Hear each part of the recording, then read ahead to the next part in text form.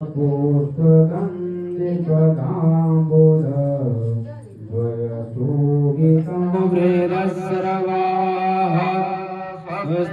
नः पूषा विश्ववेदाः स्वस्ति नस्तार्क्ष्यो अरिष्टनेमिः स्वस्ति नो बृहस्पतिर्दधातु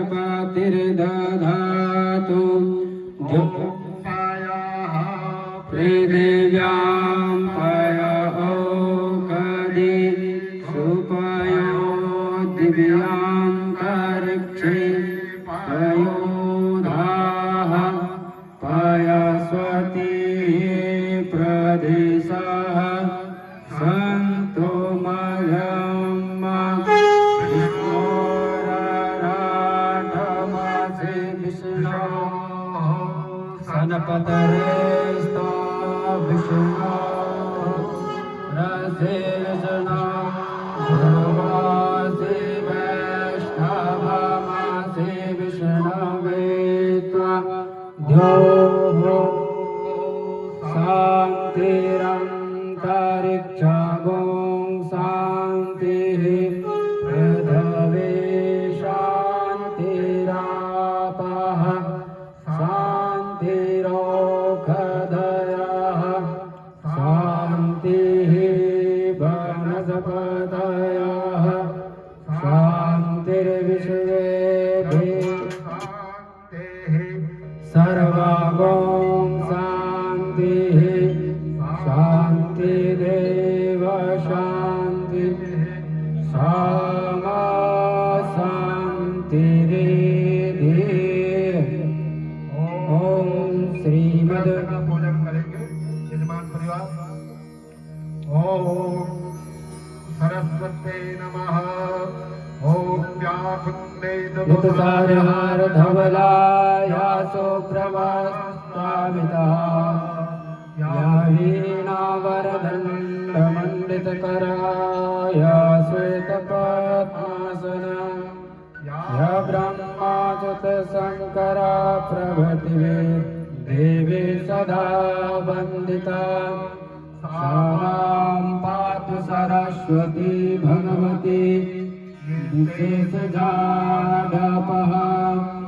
शारदा शारदा पूजा वन्दना वन्दना मुने सर्वदा सर्वदा सन्निधिं क्रियात्।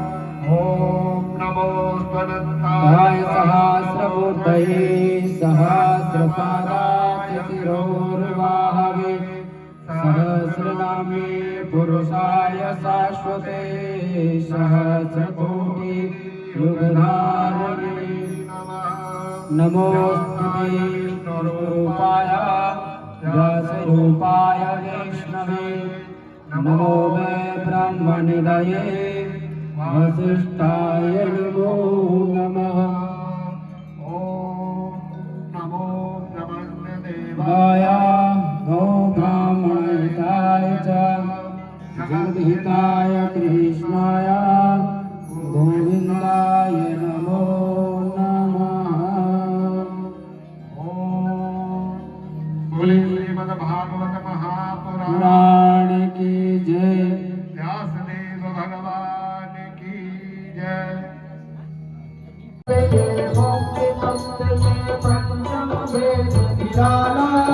जग ज्योति जगाने वाला है जग ज्योति जगाने वाला है जग ज्योति जगाने वाला है।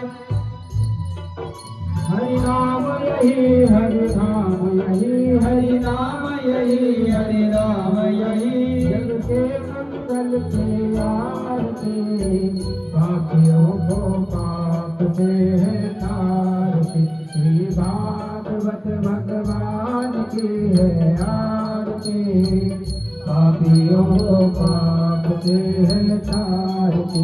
ये शांति गीत पावन पुनीत पापों को मिटाने वाला हरि दर्श कराने वाला है हरि दर्श कराने वाला हरि दर्श कराने वाला है। सुख करनी है दुख हरनी है सुख सुख करनी ये दुख हरनी श्री मधुसूदन की आरती पापियों को पाप से तारती भागवत भगवान की है आरती पापियों को पाप से तारती ये मधुर बोल जग पंथ बोल सन्मार्ग दिखाने वाला बिगड़ी को बनाने वाला बिगड़ी को बनाने वाला है बिगड़ी को बनाने वाला श्री राम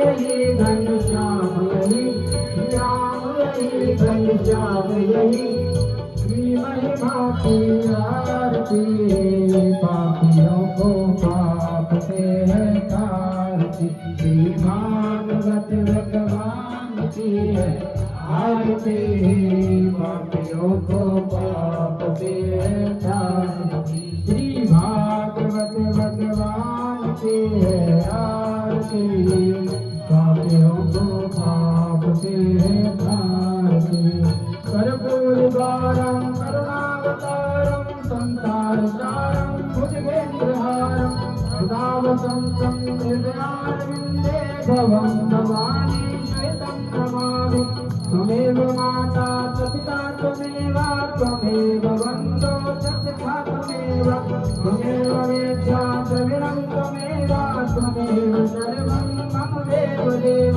त्वमेव सर्वं मम देवदेव त्वमेव सर्वं मम देवदेव पात्रमध्ये स्थितं तोयं भ्राम्यन्तं केशवोपरि अङ्गलग्नमनुष्याणां सर्वं काष्ठं व्यपोहति सर्वं पापं व्यपोहति सर्वं कष्टं व्यपोहति जीवन्तिका कृपाटलागे पुण्यागजात करवीर रताल पुष्पे दिलवा प्रवाल तुलसी दलम चरेमी तापो दया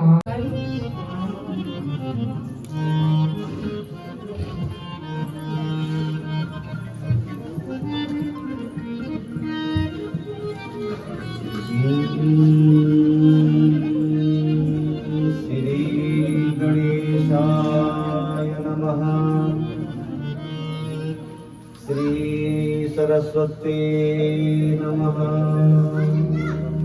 ओ शिवे श्री गुरु चरण कमलेभ्यो नमः।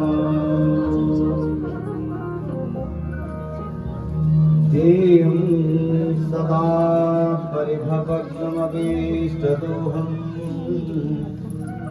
सीतास्पदं श्रीरञ्जिनुतं शरण्यम् भृत्यार्तिः प्रणतपाल भवाब्धिपूतं वन्दे महापुरुष ते चरणारविन्दम्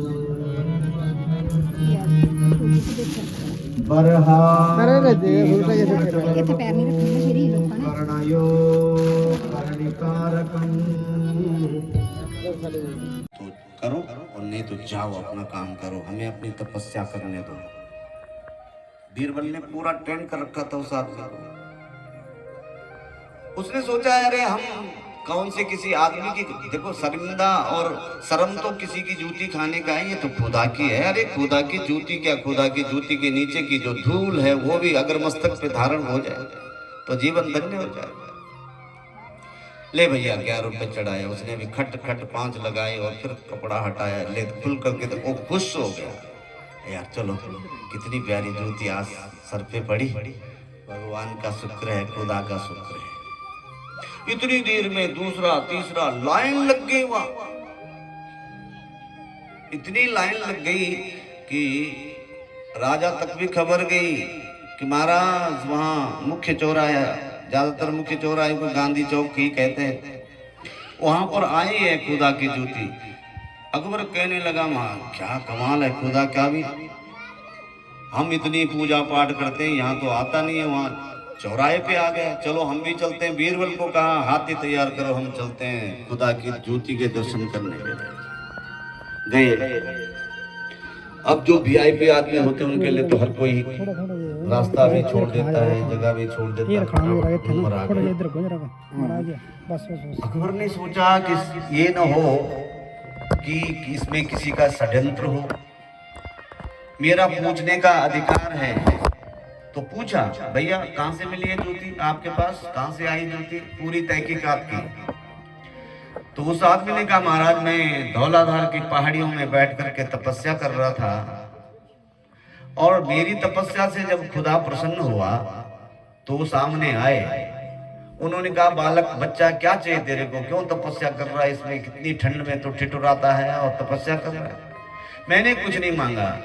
दोबारा पूछा तो मैंने कुछ नहीं मांगा। तीसरी बार उन्होंने कहा, कुछ चाहिए तो बोल, मैंने कुछ नहीं मांगा उनसे। और जब वो जाने लगे तो मैंने उनके पांव पे जफ्फी मारी, लेकिन 2 पांव तो मेरी जफ्फी में नहीं आए, 1 पांव पे आया। पांव तो उन्होंने छुड़का लिए, लेकिन ये जूती मेरे हाथ में रह गई। और जाती बार उन्होंने कहा कि मेरी जूती तेरे पास रह गई है, कोई बात नहीं, मेरी जूती ऐसी जूती मेरे पास बहुत है, रख लेना, तेरे काम आएगी, पर फ्री में मेरी जूती के दर्शन किसी को मत कराना। 11-11 रुपए लेते रहना, 5 बार उसके सिर पे मारते रहना और दर्शन करवाते रहना। ये खुदा ने कहा महाराज, और किसी को भी कोई राजा हो या रंग, सबको समान रूप से देख ले, ये खुदा का आदेश है। महाराज कृपा करके आप भी लाइन पे लगा। और अकबर को भी लाइन पे खड़ा करवा दिया। चौथे दिन जूते खाने का नंबर आया और जब बारी आई तो बीरबल ने जिस काम के लिए बनाई थी वो समय आ गया। उसको इशारा किया, बोले जरा खिंच के लगानी जरा, और लगाई और कपड़ा हटाया, बोले खुला दर्शन करो महाराज। दर्शन किया, बड़ा खुश हो गया कि चलो शुक्र है किसी की आदमी की नहीं थी, खुदा की थी। इतनी लंबी जूती तो खुदा की हो सकती है, आदमी की तो है नहीं, 3 फुट लंबी है ये। तो जैसे ही लौट करके महल में पहुंचे तो बीरबल ने कहा, महाराज आपने कहा था कि भेड़ चाल क्या होती है, आज समझ में आई बात कि नहीं? बोले मतलब? बोले मतलब ये है कि 5 जूती खा करके भी समझ में नहीं आए, तो फिर आपको कौन समझाए महाराज। ऐसे ही समाज को पाखंडियों ने बांट दिया है, नाना प्रकार के पंथ बना दिए हैं। यहाँ विवाह नहीं हो रहे बच्चों के, और उधर कह रहे कि कुंवारी लड़कियों को कह रहे कि कुंवारी रहना, पता नहीं कौन कौन से पंथ चला रखे हैं। अरे भैया यहाँ समस्या खड़ी हो रही है। अभी एक केस हो गया एक महात्मा जी के ऊपर, अपनी बेटी का विवाह कर रहा है और चेलियां कुंवारी रखनी है। बताओ, ऐसे ऐसे लोग हैं संसार में। तो इस जंजाल में नहीं फंसना है, इस संकट में नहीं आना है। इस भेड़ चाल चल रही है, दुनिया भर की भेड़ चाल समाज में है, उस समाज की भेड़ चाल से बचना है। जो लोग अपने को भगवान का दर्जा दे रहे हैं, वो अगर सांप देख के भी भाग जाते हैं, वहां तो नारायण शेष की सैया पे लेटे हुए, जरा कोई शेष की सैया पे। खैर, हमें उस तरफ नहीं जाना है। बोलो राधे राधे, जय श्री कृष्णा। तो उस राजा सत्राजीत ने अपनी बेटी का विवाह भगवान के साथ में करवाया और ये संपन्न हुआ भगवान का 3रा विवाह। अब आप गिनते जाना, पहला विवाह रुक्मिणी जी के साथ में, दूसरा विवाह जामवती के साथ में, और 3रा विवाह हुआ भगवान का सत्यभामा के साथ में, जो ये सत्राजीत की बेटी है उसके साथ में। संबंधों को ठीक करने के लिए भगवान के साथ सत्राजीत ने बेटी को ही, भगवान को ही दामाद बना दिया। ऐसे ही आप भी कोई ना कोई संबंध भगवान के साथ जरूर जोड़ें। भगवान सब कुछ बनने को तैयार है, जो मर्जी बना लो, वो सब कुछ बनने को तैयार है। तो एक बार भगवान ने अपने प्रिय पांडवों से मिलने के लिए, वो जब इंद्रप्रस्थ गए, दिल्ली जो आधुनिक नाम है दिल्ली, वहां का नाम पहले इंद्रप्रस्थ था, तो गए मिलने के लिए। और जब मिलने के लिए गए तो अर्जुन को बोले, अर्जुन चलते हैं जरा जमुना पार घूम आते हैं। तो बोले चलो। अब अर्जुन तो चेला पक्का, ना तो नहाई नहीं, गए घूमने। एक देवी जमुना जी के किनारे में भगवान श्री कृष्ण नाम की माला जप रही थी। भगवान बोले अर्जुन जरा पता करो ये किस चीज की तपस्या कर रही है, क्यों बैठी है यहाँ। अर्जुन गए, देवी तुम कौन हो और क्या कर रहे हो यहाँ पर। तो वो देवी कहने लगी कि मैं यहाँ पर भगवान श्री कृष्ण के अपना पति रूप में प्राप्त करने के लिए जाप कर रही हूँ। अर्जुन दौड़ के आए, बोले महाराज वो तो आपके नाम की माला जप रही है, क्या चाहती है। बोले आपको अपना प्रियतम बनाना चाहती हैं। तो बोले देर किस बात की, चलो परिचय करवाओ। अर्जुन ने परिचय करवाया, आंखें चार हुई, जयमाला हुई और वहीं पर विवाह संपन्न हो गया। भगवान के जितने भी विवाह हुए हैं वो सब राक्षसी विवाह हुए हैं। विवाह 8 प्रकार से होते हैं और जितने भी भगवान के विवाह हुए हैं वो चटमंगनी और पटव्याह वाला हुआ, इसको राक्षसी विवाह कहते हैं। आप लोगों का जो विवाह हुआ होगा वो है ब्रह्म विधि के द्वारा, सगे संबंधियों के द्वारा, माता पिता की अनुमति के द्वारा, जन्म पत्रिका राशि के मिलान के द्वारा। लेकिन भगवान के विवाह जो भी हुए वो सब राक्षसी विधि से हुए हैं। अब 5वां विवाह भगवान का हुआ मित्र वृंदा के साथ में। ये जो मित्र वृंदा है, बिंद और अरविंद नाम के 2 भाई हैं और ये अपने राजनीतिक लाभ के लिए अपनी बहन का विवाह दुर्योधन के साथ में करना चाहते थे। लेकिन ये जो मित्रविंदा है ये भगवान की परम भक्तन, भगवान कृष्ण के नाम की माला जपती है। और जब विवाह की बारी आई तो इसने भी भगवान श्री कृष्ण के गले में माला डाली और वहीं पर विवाह संपन्न हुआ। ये भगवान का 5वां विवाह हुआ। और छठा, एक राजा नग्नजीत थे, उनकी बेटी नग्नजीती थी उसका नाम, और कोई सत्या भी कहते थे। तो उनके पास 7 बैल थे। बैल ऐसे वैसे नहीं, बड़े खूंखार बैल थे। उस राजा ने एक शर्त रखी कि जो एक रस्सी में मेरे इन 7 बैलों को बांध देगा उसी के साथ मैं अपनी बेटी का विवाह करूंगा। बड़े बड़े राजे महाराजे गए, अपनी हड्डियां तोड़ा के आए, कोई बांध नहीं सका उन बैलों को एक रस्सी में। भगवान गए और एक अपने 7 रूप धारण करके 7 बैल पकड़े, एक ही रस्सी में बांध दिए सब। और वो राजा नग्नजीत उसने अपनी बेटी सत्या का विवाह भगवान के साथ में संपन्न करवाया और ये भगवान का 6ठा विवाह हुआ। एक श्रुत कीर्ति बहुत ही धर्मात्मा और भगवान श्री कृष्ण की भक्त थी। वो भगवान के साथ संबंध जोड़ना चाहती थी, सोचती थी कि भगवान मेरे घर में आए करें, जाया करें, कैसे क्या संबंध ऐसा जोड़ूं। तो उन्होंने अपनी बेटी भद्रा का विवाह भगवान के साथ किया ताकि ये दामाद बन करके मेरे घर में कभी तो आएंगे, कभी तो इनको दर्शन होते रहेंगे। और इस प्रकार से भद्रा के साथ में भगवान का जो विवाह हुआ, ये भगवान का 7वां विवाह संपन्न हुआ। एक बार जैसे द्रौपदी का विवाह हुआ वैसे ही लक्ष्मणा का विवाह हुआ। भगवान गए, ऊपर मछली घूम रही है, नीचे देखना है, ऊपर निशाना लगाना है, और वैसे ही भगवान ने किया। तो उस लक्ष्मणा का विवाह भी भगवान के साथ में संपन्न हुआ और ये भगवान का 8वां विवाह संपन्न हुआ। परीक्षित बोले महाराज, भगवान के मैंने सुना है कि और भी बहुत सारे विवाह हुए हैं। सुखदेव जी कहते हैं परीक्षित, ये जो 8 विवाह भगवान के हुए हैं वो तो अलग अलग हुए, अलग अलग समय पर हुए, पर 16,100 राजकुमारियों के साथ भगवान ने एक साथ जो है पाणी ग्रहण संस्कार किया। चौंक पड़े राजा परीक्षित, महाराज 16,100 राजकुमारियों के साथ? बोले हाँ। बोले कैसे हुआ महाराज? तो विस्तार से सुनाते हैं सुखदेव जी महाराज। बोले एक भौमासुर नाम का राजा था, वैसे उसको नरकासुर भी कहते थे, लेकिन भूमि के पुत्र होने के कारण उसको भौमासुर भी कहते थे। और वो राजा जिस राजा के साथ में युद्ध करता और जो उससे युद्ध में हार जाता तो उसके राज्य में जो राजकुमारी होती थी उनको बंधक बना करके अपने जेल खाने में डाल देता था। और ऐसा करते करते जब उन राजकुमारियों की संख्या 16,100 हो गई और इधर भगवान को पता चला तो सभार्यो गरुडारूढ़ा ज्योतिषापुरम ययो।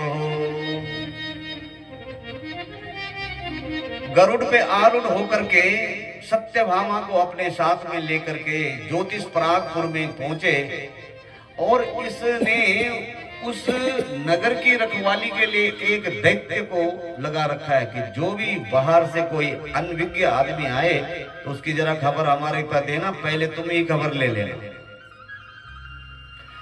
तो आज जैसे भगवान को आते हुए देखा तो उस मूढ़ दैत्य ने भगवान को रोका और जैसे भगवान को रोका तो भगवान भी उसका भी कर दिया गोविंदाय नमो नमः।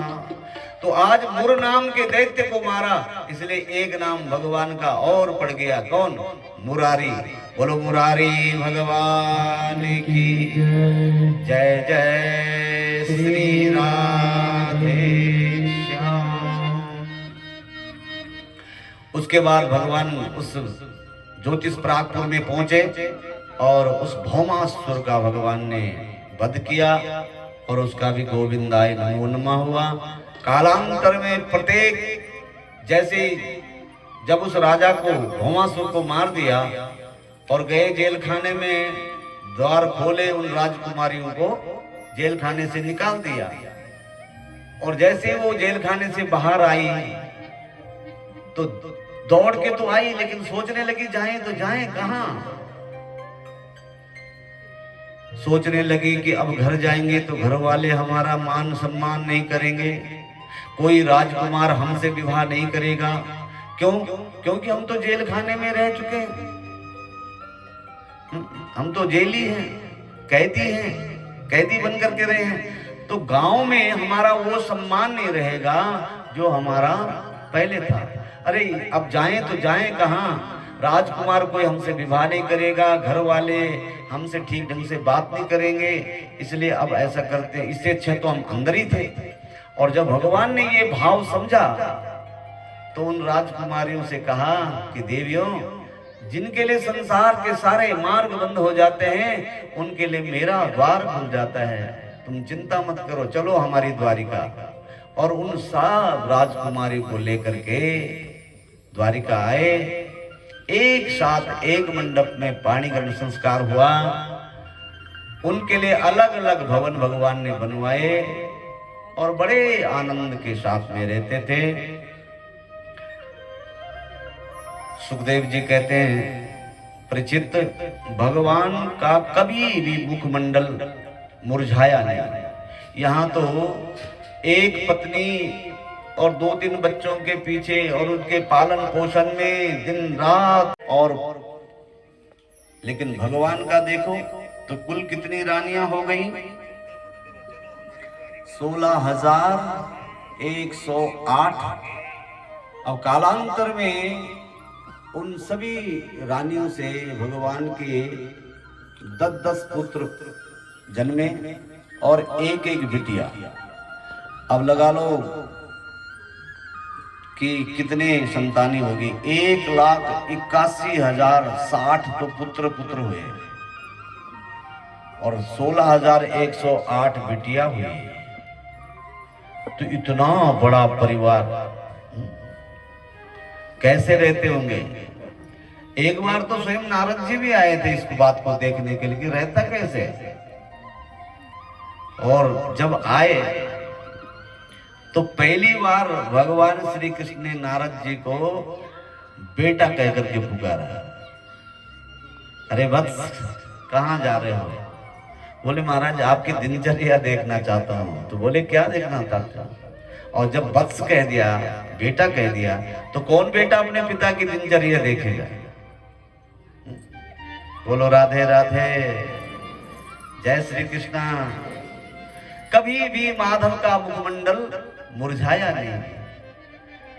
कभी भी कोई दुख भगवान को नहीं प्राप्त हुआ, क्योंकि वो तो आनंद के सागर हैं, वो तो सुखालय है। ये तो गृहस्थियों के लिए है, जीव के लिए वो तो परम पिता परमेश्वर है, वो क्या नहीं कर सकते हैं। आइए सभी लोग भाव से और प्रेम से कुछ आनंद लीजिए भगवान की कथाओं का, और आपको सुस्ती ना पड़े तो इसलिए जरा थोड़ा सा भजन हो जाए। ओ बंसी बजाई गयो श्याम री मंद मंद मुस्काई के, बंसी बजाई गयो श्याम री, बंसी बजाई गयो श्याम री मंद मंद मुस्काई के, बंसी बजाई गयो श्याम री मंद मंद मुस्काई के, मंद मुस्काई के, मंद मंद मुस्काई।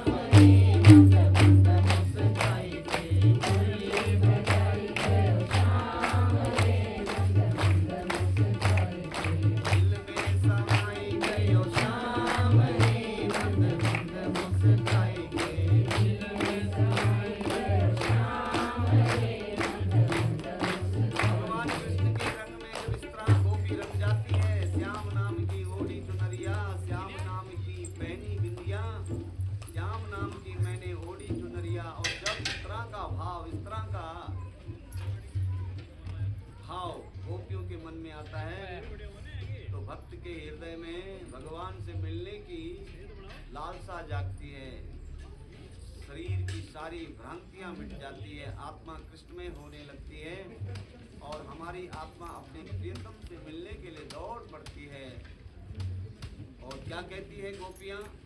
मेरे होठों पे हरि की पुकार लिख दो, मेरे होठों पे हरि की पुकार लिख दो, मेरे होठों पे हरि की पुकार लिख दो, मेरे होठों पे हरि की पुकार लिख दो, नीलहारी की लीला संवार लिख दो, नीलहारी की लीला संवार लिख दो, मेरे गालों पे गैया चरैया लिख दो, मेरे गालों पे गैया चरैया लिख दो, मेरे कानों पे कृष्ण कन्हैया लिख दो, मेरे कानों में कृष्ण कन्हैया लिख दो, मेरे नाक पे नाग नथैया लिख दो, मेरे नाक पे नाग नथैया लिख दो, नीलहारी की लीला संवार लिख दो, नीलहारी की लीला संवार लिख दो, मेरे माथे पे मुरली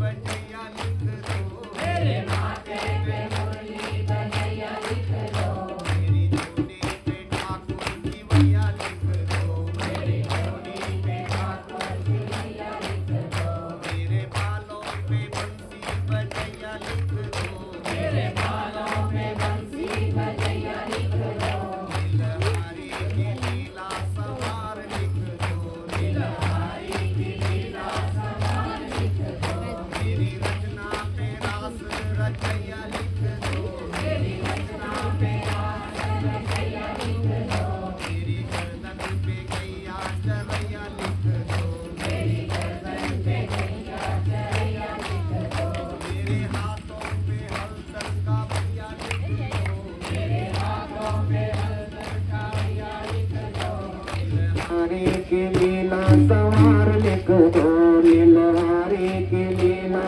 संवार लिख दो, नीलहारी की लीला संवार लिख दो, नीलहारी की लीला संवार लिख दो।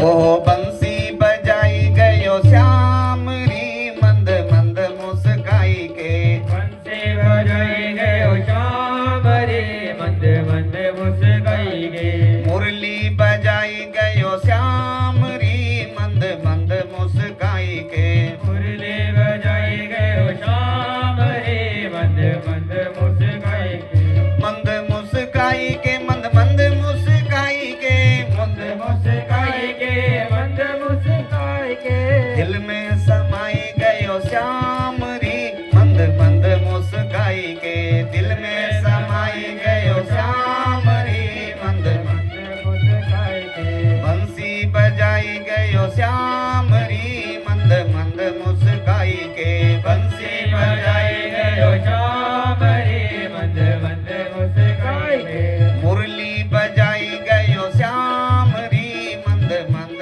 मुस्काई के, मुरली बजाई गयो श्याम रे मंद मंद मुस्काई के, मंद मुस्काई के मंद मंद मुस्काई के, मंद मुस्काई के मंद मुस्काई के, मुरली बजाई गयो श्याम री मंद मंद मुस्काई के, मुरली बजाई गयो श्याम, मुरली बजाई गयो श्याम री मंद मंद मुस्काई के, मुरली बजाई गयो श्याम रे मंद मंद मुस्काई के, मंद मुस्काई के मंद मुस्काई के।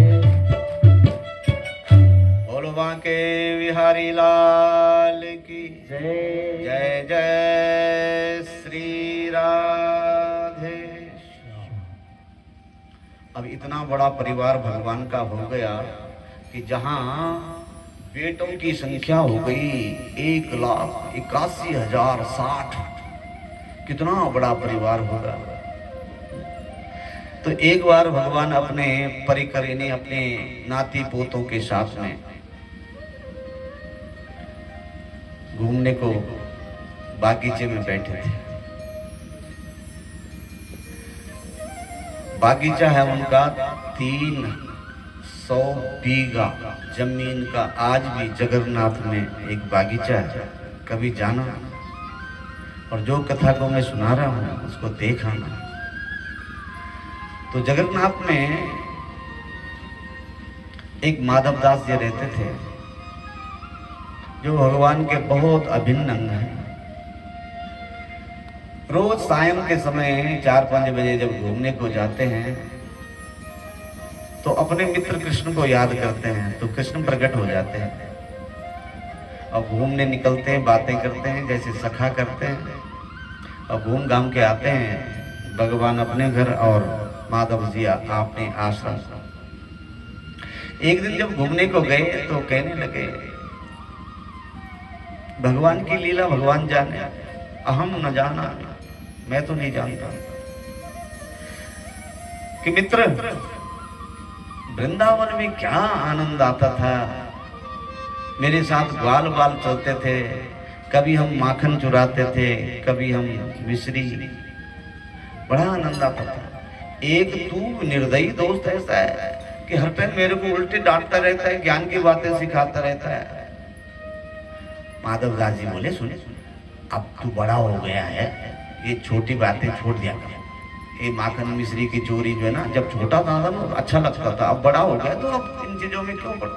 बोले जो मुझे वहां मजा आता था वो यहाँ नहीं आता है द्वारिका में। तो नाराज हो गए। माधवदास ने कहा करना क्या है। बोले यहाँ ना ये जगन्नाथ राजा के ना ये जो देखो ना कैसे कैसे प्यारे प्यारे कटहल लगे हुए हैं और मैंने कटहल खाने हैं, कटहल सब्जी खानी है कटहल।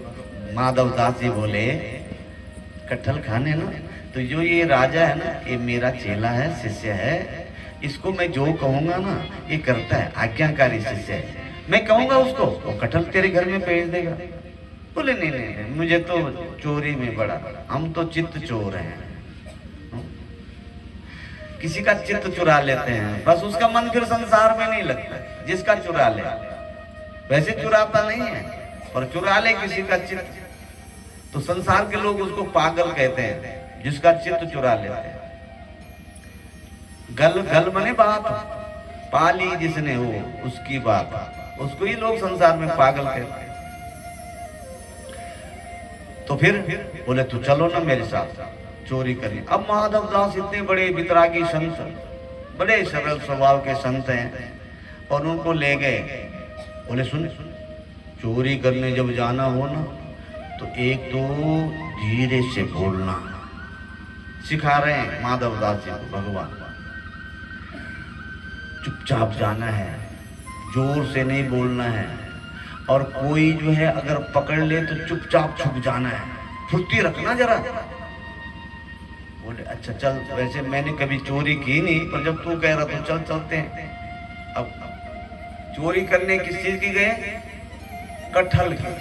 और कटहल के पेड़ बड़े ऊंचे ऊंचे होते हैं और टूट जल्दी से टूटता भी नहीं है कटहल, और कांटे भी होते हैं उसमें। ले गए माधवदास जी को। अब धोती में माधवदास जी बोले चलो मैं यहाँ रहूंगा खड़ा, तुम चढ़ो पेड़ पे। अब जैसे पेड़ में चढ़ने लगे, भगवान तो बाउंड्री के बाहर, अपन उनको फंसाना था, लीला दिखानी थी। जैसे बगीचे में गए तो जोर से बोले। अब आदत जिसको है ही नहीं चोरी करने की वो तो पकड़ा ही जाएगा ना। बोले कन्हैया इस पेड़ पे चढ़ो कि इस पे? अब इतनी जोर से बोला कि चौकीदार ने सुन लिया, डंडा लेके आए। बोले मैं बताता हूँ किस पेड़ में चढ़ना। फटाफट भगवान ने कहा, आ गया वहां से चौकीदार आ गया, फटाफट हाथ खींचा और छुप गए। चौकीदार आया, देखा, यहाँ तो कोई भी नहीं है। हो सकता है मेरे कान में वो ढों ढों किया हो। कभी कभी ऐसा लगता है आवाज आई हमको और हमको लगता है कि आवाज आई है, आदमी देखता कोई भी नहीं है, तो यही मान करके छोड़ देते ही बात की यार हो सकता है कानों का ही धोखा हो। तो चौकीदार ने सोचा कानों का ही धोखा होगा, चले गए। आधा पौन घंटा रुके, चुपचाप बैठे रहे। जब सोचा कि चौकीदार अब सो गए होगा, फिर गए। बोले मैंने तुमको पहले कहा था ना कि जोर से नहीं बोलना, अब पकड़े जाते तो फिर पिटाई होती। आराम से जाना है और पेड़ पे चढ़ना, कटार तोड़ के लाने। अब माधवदास जी को फिर भेजा। अब मित्रता के कारण माधवदास जी में चले गए और पेड़ पे चढ़ भी गए। अब फल तोड़ने की, जैसे टार तोड़ने की, कटहल तोड़ने की बारी आई। बोले कन्हैया ये तोड़ो या ये तोड़ो। अब इतनी जोर से बोला कि चौकीदार फिर आ गया डंडा लेके। अब पहले तो नीचे था तो इसलिए फटाफट खींच करके जो छुप गए, लेकिन अब की बार तो ऊपर चढ़ा हुआ पेड़, उतरने में समय लगा। भगवान तो ध्यान हो गए अंतर, वो तो छुप गए। उन्होंने तो लीला करनी थी, माधवदास जी बेचारे फंस गए। चौकीदार बोले जरा उतर नीचे। अब नीचे उतरे, चौकीदार ने माधवदास जी के 2-3 डंडे मार दिए। अब माधवदास जी डंडे खा रहे हैं, इधर देख रहे हैं कि जिसके ने यहाँ लाया था वो है, जिसके पीछे डंडे खा रहा हूँ वो कहाँ गया, वो तो छुप गया। कैसी दोस्ती निभा रहा है।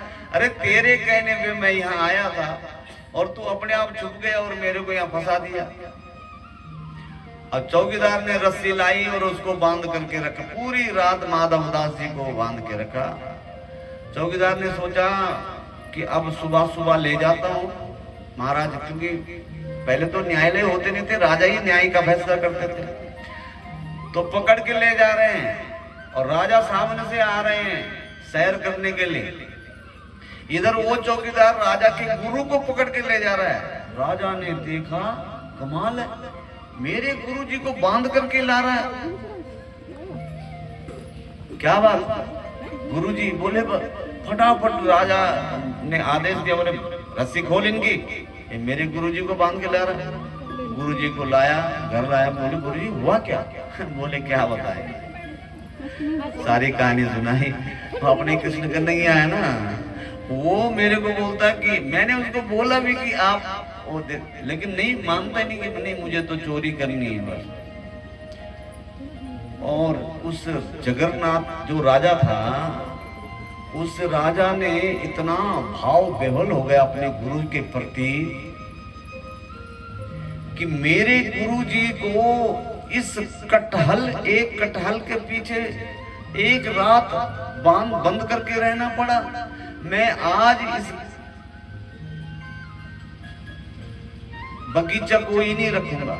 और वो पूरा का पूरा 300 बीघे जमीन का बगीचा गुरु जी को उसी वक्त दान कर दिया। पूरे कागज पत्र लेकर के आए माधवदास जी। दूसरे दिन वही पहुंच गए सीधे शाम को। घूमने का टाइम आया ना, सैर करने का। बोले कैसी कटी रात। बोले तेरे जैसे जो है ना दोस्त मिल गए तो फिर तो। बोले हुआ क्या। बोले तू कहाँ चले गया था। बोले मैं तो घर चले गया था, फंसा तू था, मैं थोड़ी नहीं फंसा था। बोले ले तू कटहल की बात करता है, तेरे दोस्त ने वो कटहल का पूरा बागीचा ही तेरे नाम करवा के आया है। देख ले, राजा ने पूरा लिख करके दिया, ये परिचय पूरा जगन्नाथपुरी में वो माधवदास जी का और भगवान का ये वृतांत आपको इसलिए सुनाया कि कभी आप जाएं तो देखा ना उस कटहल के बगीचे को। तो जब उन बच्चों के साथ में भगवान गए उस बागीचे में, उसी बागीचे की बात सुना रहा हूं। तो उस बागीचे में जब पोतों को लेकर के गए तो पोते खेलने लगे। अब 1,81,000 जब 60 जब बेटे थे तो पोते कितने रहे होंगे, आगे 10 भी रहे होंगे। तो सरकार कहती है कि छोटा परिवार सुखी परिवार, लेकिन मैं कहता हूं, हमारा शास्त्र कहता है कि छोटा परिवार दुखी परिवार, बड़ा परिवार सुखी परिवार। अगर बड़ा परिवार है, 5 भाई हैं, एक कम कमाता है एक ज्यादा कमाता है, तो जो कम कमाता है उसको वो आभास नहीं होता है। और जो छोटा परिवार है जिसमें सिर्फ एक पति पत्नी और एक बच्चा, अब माना गाय रखी है तो कहीं जाना भी हो तो गाय किसके सहारे छोड़े। अगर बड़ा परिवार हो तो एक बहू अगर मायके गई है तो 4 तो घर में है। लेकिन छोटे परिवार में बड़ी समस्या होती है। तो उन बच्चों को, पोतों को लेकर के जब गए और वहां गेंद खेल रहे थे बच्चे, खेलो बच्चों, तो बच्चों ने एक गेंद को उछाल करके, एक वहीं पर तालाब था उसमें वो गेंद गिर गई। बच्चा आया, दादाजी हमारा गेंद निकालो, हमारी गेंद निकालो तालाब से, कुएं से। भगवान गए और जैसे ही उस गेंद को उन्होंने निकाला तो उसी तालाब में एक गिरगिट था, और गिरगिट को भगवान ने जैसे स्पर्श किया तो वो गिरगिट दिव्य देह बन करके प्रकट हुआ और भगवान की स्तुति करने लगा। भगवान ने पूछा, भाई तुम कौन हो? तो देखिए, वाणी से पता लगता है कि कौन कैसा है। सबसे पहले तो वाणी का ही प्रभाव है। शरीर की जो सुंदरता है ये कुछ ना कुछ दिनों में फीकी पड़ जाती है। जो ये प्यारे प्यारे बच्चे घूम रहे हैं, जिनके हर कोई जो है ना उनको चूमता है, तो जैसे वो बड़ा होगा, बूढ़ा होगा। अब जैसे ये है देवत्रु है, कितना प्यारा है, मेरे साथ बैठा रहता, ज्यादातर गप्पे मारता, कहता माखन नहीं खाता, मैं 20 साल का होगा। 20 साल का बताता अपने को, मैं जब छोटा था तब खाता था। तो कितनी प्यारी लगती उसकी बात। झूठ बोल रहा लेकिन उसकी झूठ भी कितनी प्यारी लगती है, आनंद बरसता है। तो वाणी से सुंदरता कुछ दिन में ढल जाता है चेहरा, लेकिन जो हमारी सुंदर वाणी का प्रभाव है, और जैसे जैसे उम्र बढ़ती है उस वाणी में अगर सत्यत्व है तो उसका तेज और ओज और उसका प्रभाव बढ़ता है, जबकि सुंदरता का प्रभाव घटता है। तो भगवान ने पूछा, तुम कौन हो? तो ये कहता है कि आप मुझे नहीं जानते। भगवान कह रहे कि तूने ऐसा कौन सा काम किया मैं तुझे जानूं? बोले, दानियों में जब नाम आता है तो मेरा नाम आता है सबसे पहले। बोले, ऐसा क्या दान किया तुमने? बोले, मैंने इतनी गायों का दान किया है जितने आकाश में तारे नहीं हैं। भगवान बोले, तो एक गाय के दान से तो मोक्ष मिल जाता है, वैकुंठ मिल जाता है, और तूने इतनी गायों का दान किया है और फिर भी तू गिरगिट बन करके यहाँ पड़ा हुआ है। तो गिरगिट क्यों बना अगर तूने गायों का दान किया है? बोले, क्या बताऊं, एक बार मैं गायों का दान कर रहा था। भगवान ने कहा, तुमने ऐसी गायों का दान किया होगा जो बूढ़ी होगी, जो दूध नहीं देती होगी। तो ये कहता है निर्ग राजा कि नहीं नहीं, ऐसी बात नहीं है, मैं बिल्कुल ऐसी तरुणी गाय को, पहली सुई गाय को ही दान करता था। और ऐसे नहीं, उनमें सोने के सींग लगा करके, चांदी के खूर बना करके मैं दान करता था महाराज। दानियों में मेरा नाम है। बोले, तो दानियों में तेरा नाम है तो गिरगिट क्यों बना है यहाँ? बोले, गिरगिट तो इसलिए बना कि ब्राह्मणों की का श्राप था। ब्राह्मणों ने ऐसा श्राप दिया कि जा तो गिरगिट योनि में जा, इसलिए मैं गिरगिट बनना पड़ा महाराज। तो गिरगिट क्यों बना? ब्राह्मणों ने क्यों श्राप दिया? बोले, मैं गायों का दान कर रहा था। एक ब्राह्मण को मैंने गाय का दान किया, वो ब्राह्मण उस गाय को लेकर के अपने घर गया। शायद उसका खूंटा कमजोर था या रस्सी कमजोर थी, और वो गाय उसने अपने खूंटे पे बांधी, वहां से वो रस्सी तोड़ करके, खूंटा तोड़ करके, फिर वही गाय उन गायों में खड़ी हो गई जिन गायों को मैं दान कर रहा था। फिर वही गाय मैंने किसी दूसरे ब्राह्मण को दान कर दी। जब वो दूसरे वाला ब्राह्मण अपने घर उस गाय को ले जा रहा था, तो पहले वाला जो ब्राह्मण था वो उस गाय को ढूंढ रहा था, और जब उसने वो गाय उसके पास देखी, दूसरे ब्राह्मण के पास, तो उसको कहा, भाई ये गाय मेरी है, ये राजा ने अभी भी मेरे को दान दी है, रस्सी तोड़ करके, खुट्टा तोड़ करके भागी है, अब तू मेरी गाय को दे दे। वो दूसरे नंबर वाला जो ले जा रहा ब्राह्मण उस गाय को, वो कह रहा है, ये अभी अभी मेरे को ब्राह्मण राजा ने दान की है, अभी मैं उसको, राजा ने दी मेरे को ये गाय, मैं चुरा के नहीं लाया तेरी गाय को, रास्ते में नहीं पकड़ी मैंने ये गाय, राजा ने दी है। दोनों में झगड़ा हो गया। वो झगड़ा जब मेरे पास आया तो मैं निर्णय नहीं कर पाया, क्या करूं? पहले वाले ब्राह्मण को समझाया, भैया ऐसा कर, मैंने तेरे को गाय दी थी, अब ये इस गाय के बदले 10 गाय और ले ले, पर झगड़ा मत करो। तो पहले वाला ब्राह्मण कहता कि मैं ऐसा लालची हूं, मुझे जो आपने दी है ना गाय, मुझे वही चाहिए। दूसरे को समझाया, अरे भैया इस गाय को इसको दे दे, इसके बदले 10 दे दे। तो बोले क्या मैं ये तो लालची नहीं है, तो आप इसको दे रहे हैं, क्या मैं लालची ब्राह्मण हूं? और दूसरा भी नहीं माना, पहले वाला भी नहीं माना, और उस गाय को वहीं छोड़ के दोनों ब्राह्मण चले गए। और जाते जाते उन्होंने कहा कि तुमने हमारा फैसला नहीं किया, जाओ हम तुम्हें श्राप देते हैं, तुम गिरगिट बनोगे। और तब से मैं उन ब्राह्मणों के श्राप से यहाँ गिरगिट की योनि में हूँ। और महाराज आज मेरा और गायों के पुण्य से, उनके श्राप से तो मैं यहाँ था, गिरगिट की योनि में आ गया, लेकिन गायों के दान से मुझे वो जो पुण्य था आज आपका, क्योंकि आप गो पालक हो, आप भी तो गाय के भक्त हो। गवा त्रिलोकस्य मातरः, अरे गाय तो तीनों लोगों की माता है, और उसकी मैंने जो सेवा की, आज उसी सेवा के प्रभाव से आपका मेरे से स्पर्श हुआ, और उसी स्पर्श से आज मैं दिव्य देह बन करके वैकुंठ को जा रहा हूं महाराज। तो गौदान जरूर करें, लेकिन सुपात्र दानात भवे धनाट्यो, जो मैंने आपको बताया है कि कहां और कब देनी है, कहीं ये न हो कि ऐसे लालची ब्राह्मण को आपने गाय दे दी कि रास्ते में उसका सौदा कर दिया, तो लेने वाला भी और देने वाला भी दोनों पुण्य की जगह पाप के भागी बनेंगे। गाय उसी ब्राह्मण को दान करना जो उसकी सेवा कर सके, ये न हो, क्योंकि आजकल हमारा हिंदू समाज धीरे धीरे जो है घास काटना नहीं, खेतों में काम करना नहीं, गाय कौन पाले, आफत समझते हैं। दूध सबको चाहिए, दूध तो सबको चाहिए, लेकिन पाले कौन, ये समस्या है। तो ये न हो कि फिर उल्टा पाप लगे। बोलो राधे राधे। मोहे एक पल चैन न आवे कन्हैया तेरे बिना, कन्हैया तेरे बिना।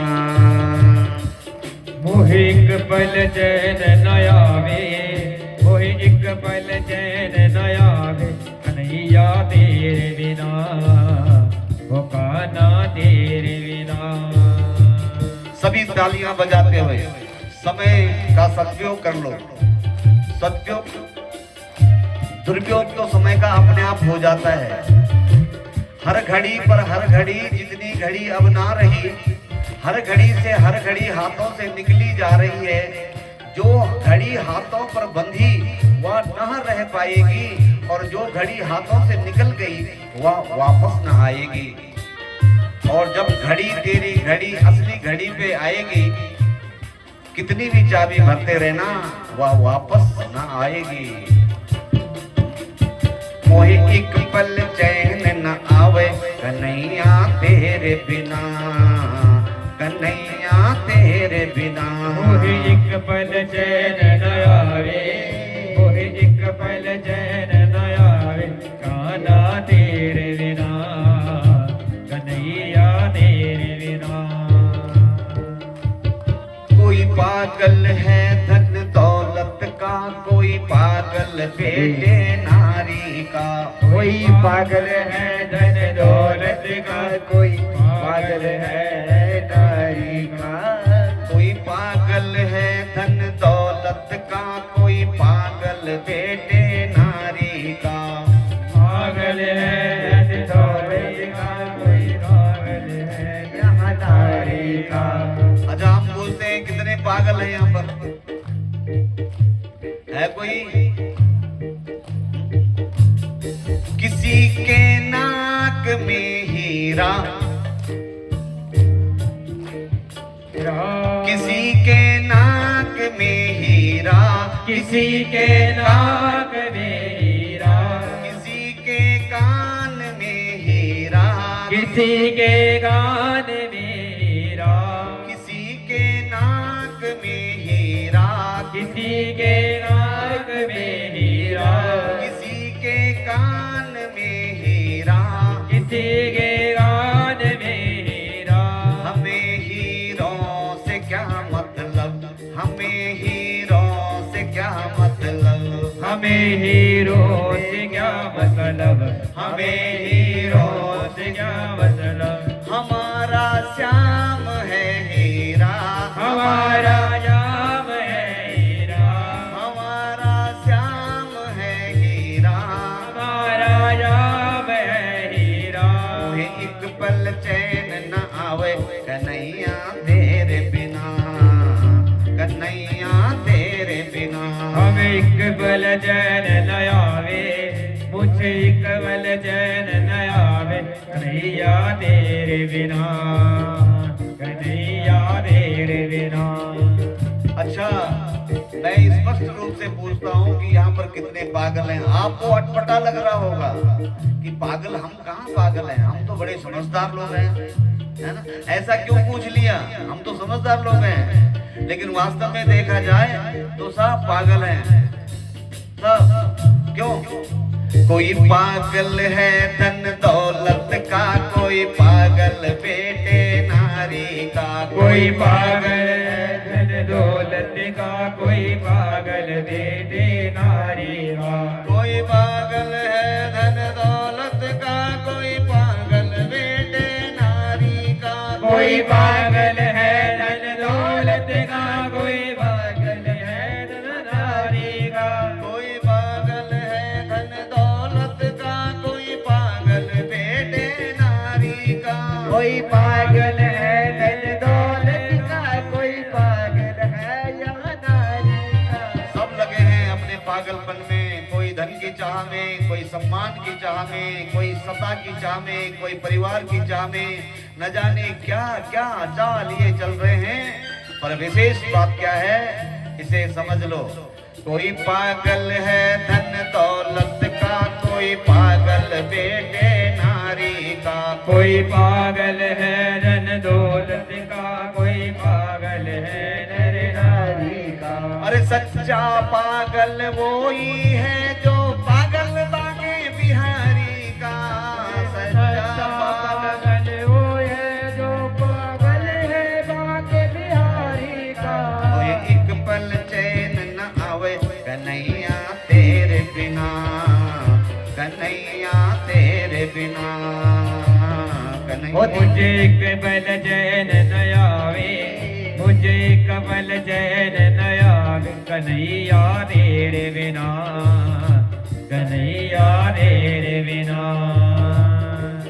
मोहे एक पल चैन न आवे कन्हैया तेरे बिना, कन्हैया तेरे बिना।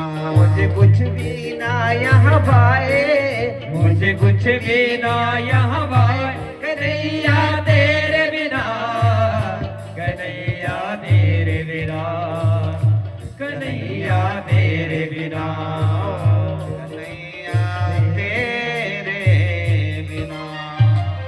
बोलो बाके बिहारी लाल की जय हो। जय जय श्री राम।